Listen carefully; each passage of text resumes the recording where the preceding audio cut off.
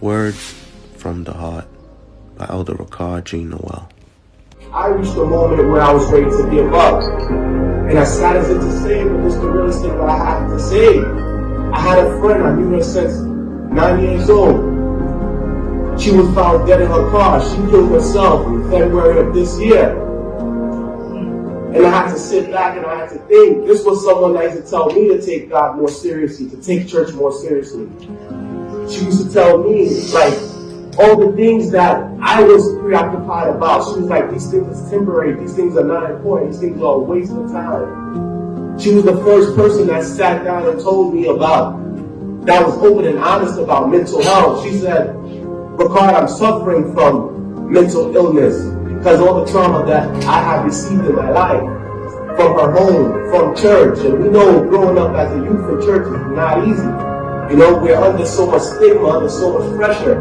And sometimes they're teaching you one thing, but you're seeing all the truth, and it's contradicting, and it's causing conflict within you.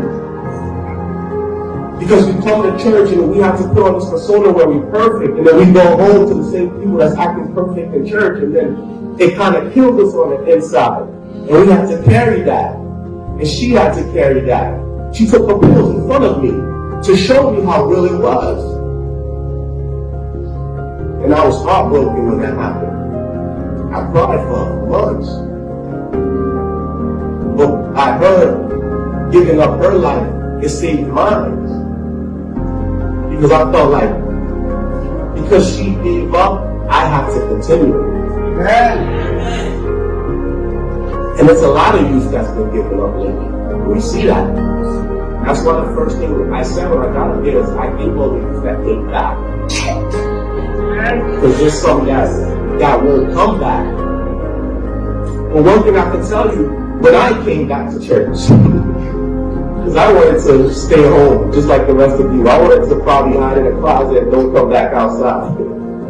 But it's just like walking. I remember watching my daughter walk, and the way I told her to walk is she wanted a chicken wing from me. And I put it down, and I moved away. And then I put the chicken wing in front of her, and she's like, and she's bad. And I'm like, come. And then she's looking at the floor. I said, one step at a time. If you walk towards me, you get the chicken wing. And she's crying, but she's walking towards me up until she comes towards me and she grabs the chicken wing, and she's so happy. I'm like, sometimes you gotta go through that little bit of suffering to reach what it is that you gotta get to. So with me, I had to drag myself up, put on a suit, and go into church. Not only am I going back to church, I'm preaching in all these churches, all these different places, and they're like, help us. I'm like, help you? Who's helping me? And I did a sermon called Leading While Bleeding. It's like having a hole in your heart, having a hole in your side, bleeding. It's like no one can see the blood, but at the same time, you gotta shut the blood for the greater good of everyone. And that's the real word, because that's what Christ did, literally.